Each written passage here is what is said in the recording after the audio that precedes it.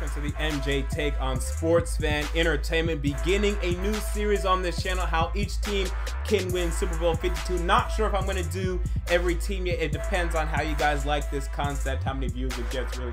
And we're going to start today with the Tennessee Titans, my favorite team. And what I like about this series is I don't have to put in too much effort beforehand because I already know every team. I know 45 players in each team. I can name you off the top of my head, no problem, easy.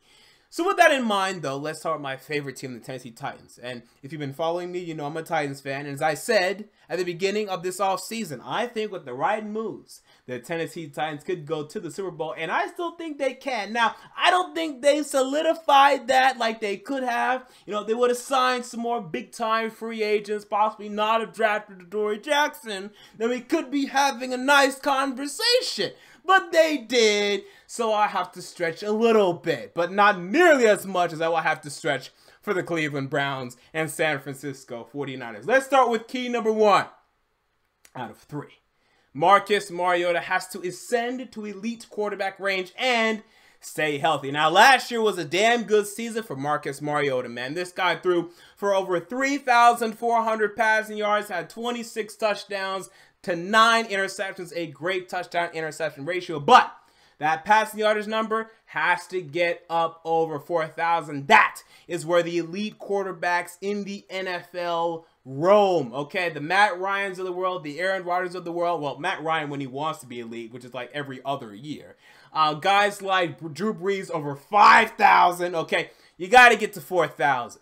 And even though this team does have a strong running game, the defense, I don't see any scenario in which it is elite. So our offense will have to make up for that, and Marcus Mariota will have to be the driving force for that ultimately, okay? So I'm looking at 4,000 passing yards for Marcus Mariota. In terms of touchdowns, I would look for at least like 33. Okay, so 7 more than he threw last season. And he missed 1 game last season, right? So he could have finished with about 3,700 yards, passing yards, and about... They're facing the Texans, so maybe 28 touchdowns. So that could have been, but he wasn't, so it's whatever. And he started out the season a little weak, right? You know, the first game against the Vikings was weak. The second game against the Lions was pretty weak as well, although he did lead a game-winning drive. And then the Texans wasn't strong either. But then middle of the season, he really caught fire. We need to see that Marcus Mariota that was in the middle of the season, the one that was against the Jaguars, that, you know, threw all those touchdowns against the Jaguars, etc., throughout the entire season, and then we'll have a conversation. Basically, he needs to have the season that Derek Carr had last season in order for the Titans to have success and ultimately get Super Bowl 52. That's the first key. The second key, rookies. Corey Davis and Taywan Taylor have to become integral parts of the passing game. And this ties into, you know, number 1 a little bit. It's just an overall improvement of the passing game. The passing game last year wasn't bad, but it could have been much better. Now, with the rookies, okay, number 5 overall pick in the first round, Corey Davis, wide receiver out of Western Michigan. My number 1 receiver for my 2017 NFL draft big board at the time. This guy's incredible, man. He has nice size. He has nice speed. He has nice short, intermediate, and deep route ability. He can take a ball short, a screen pass for 5 yards, turn it all the way into an 80-yard touchdown, and he can take the top off the defense as well. As long as he's healthy, he should make an impact early. How much of an impact? That's the question. There are some rookies like Odell Beckham that can go over 1,200 receiving yards in 12 games their rookie season. There are other guys like Julio freaking Jones who end up being really good, who only get 900 their rookie season because they're opposite of Roddy White, okay, but still. There are other guys like, there's some busts in the past that have come in and not done anything, like a Mike Williams of the whatever Detroit Lions a couple years ago. So we will see.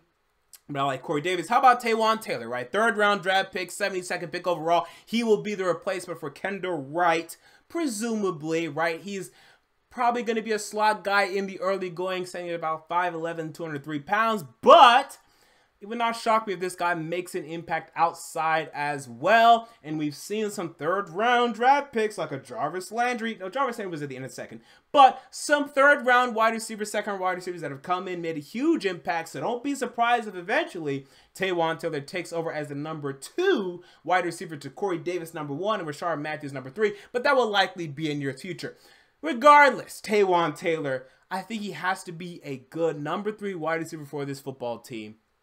especially with the issues with Tajay Sharp in that lawsuit where he allegedly beat the hell out of somebody in a Nashville bar. Taywan Taylor has to step up, and that'll help Marcus Mariota get to that 4,000 passing yard threshold that I think he needs to get to. So Corey Davis and Taywan Taylor making an impact in the passing game is key number 2.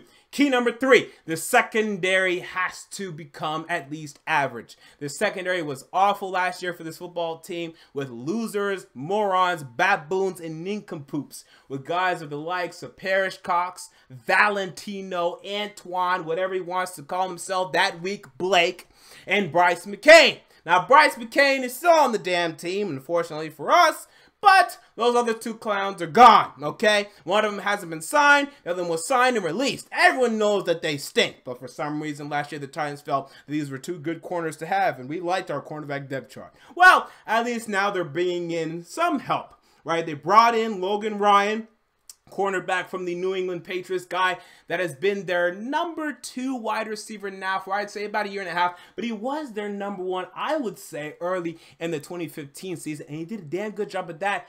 I would argue he was better than Malcolm Butler in 2015, but then Malcolm Butler ascended past him in 2016. That'd be my argument. I like Logan Ryan, and I think this guy's going to be a good number 1 corner for this football team, but not quite at the echelon of Richard Sherman, etc. But if they want to go to the Super Bowl, he's going to need to be at that level. So Logan Ryan needs to ascend his game, honestly, to be an elite cornerback in the NFL. He needs to be in the discussion with a Richard Sherman if the Titans want to go to the Super Bowl. Speaking of that, let's talk about Adoree Jackson. I was not a fan of the Adoree Jackson pick coming out of college. Yes, this guy won the best defensive back in the nation award at USC. I don't care. So did Gerald Holloman, so did Desmond King, so did some other past NFL draft busts. So did Eric Berry, so did Patrick Peterson. Which means, it kind of means something and it kind of doesn't. Let's just not even consider it, okay? Outside of that, how's his coverage ability? Not very good. Gave up an 88 passer rating to quarterbacks throwing against him. Not good relative to other NFL draft corners such as Quincy Wilson, such as Tre'Davious White, such as Chidobe Awuzie, some other options the Titans had at cornerback at 18, as well as Sidney Jones and some other guys as well. Okay, so the list goes on in terms of potential corners the Titans could have taken over Adoree Jackson, but perhaps I'll be wrong on Adoree Jackson. He will improve his game from his rookie season. You know, what we have to agree upon is this, Titans fans. Adoree Jackson, we have to agree upon this.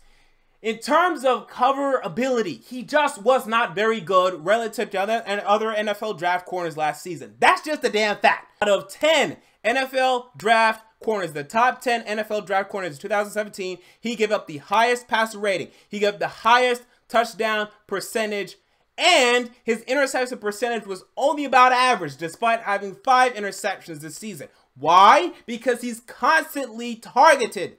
This is a guy that at USC, other quarterbacks were not afraid of, and when he got interceptions, it was not necessarily because he had great coverage on a wide receiver. It was because he was playing zone coverage, and then at times he was able to sneak down and get an interception, or he put himself in the good position to get an interception. Okay, in terms of coverage ability, in terms of one-on-one coverage ability, he's not great, but if the Titans can mask his flaws by putting him in that zone coverage defense, letting him play 10 yards off the line of scrimmage, letting him read plays a little bit more, hiding his issues with his hips and his footwork, he could end up being a damn good corner in 2017. And if he can make an impact in special teams by getting some punt returns and some kick returns for touchdowns, that would be some nice value as well. So he's going to need to be better than I am predicting he will be, and better than he was in college, because his performance in college will not be good enough for the Titans when he gets to Super Bowl 52. Beyond him, Bryce McCain, their slot corner, he needs to do really well in that position. Or LaShawn Sims,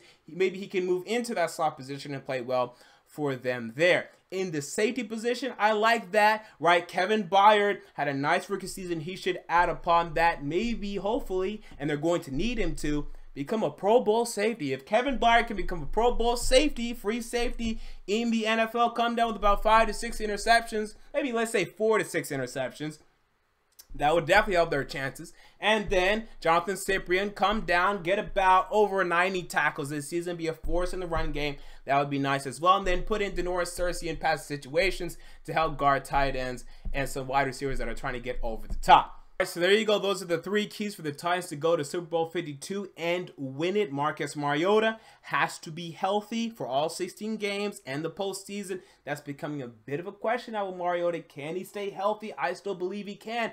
But if he gets injured again this season, my eyebrow will seriously be raised. And he needs to elevate his quarterback play to an elite level. Look at key number 2, Corey Davis and Taywan Taylor, the rookie wide receivers, need to make an impact. And number 3, the secondary has to improve vastly with great performances from Logan Ryan and at least a good performance from Adoree Jackson. What are your thoughts on these 3 keys? Can the Titans go to the Super Bowl 52 and win it? Comment down below. I want to know. If you enjoyed the video, make sure to like, comment, and most importantly, to subscribe. And until next time, this has been the MJ Take on Sports Fan Entertainment. And I'm out. Peace.